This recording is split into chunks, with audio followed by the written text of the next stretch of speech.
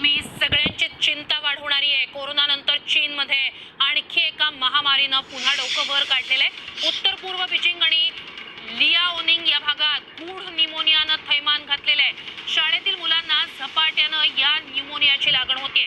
मोठ्या प्रमाणात मुलांना रुग्णालयात दाखल करावं लागतंय। चीनमधील आरोग्य यंत्रणा पुन्हा एकदा कोलमडू लागली आहे आणि यावर उपाय म्हणून चीनमधील अनेक शाळा बंद करण्यात आल्या। लोकांना सतर्क राहण्याचं आवाहन करण्यात आलंय।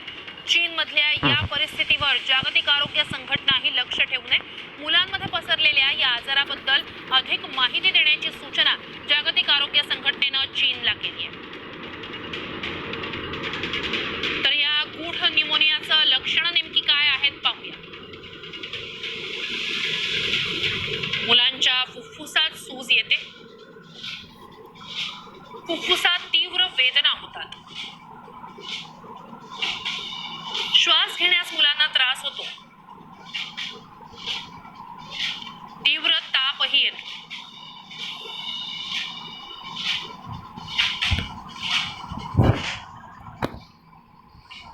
वेळेवर उपचार न मिळाल्यानं मृत्यूची संख्याही वाढली आहे। मात्र मृतांची खरी आकडेवारी चीन देत नाहीये।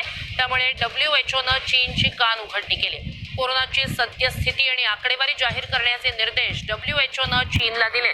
चीनच्या परिस्थितीबाबत WHO तातडीने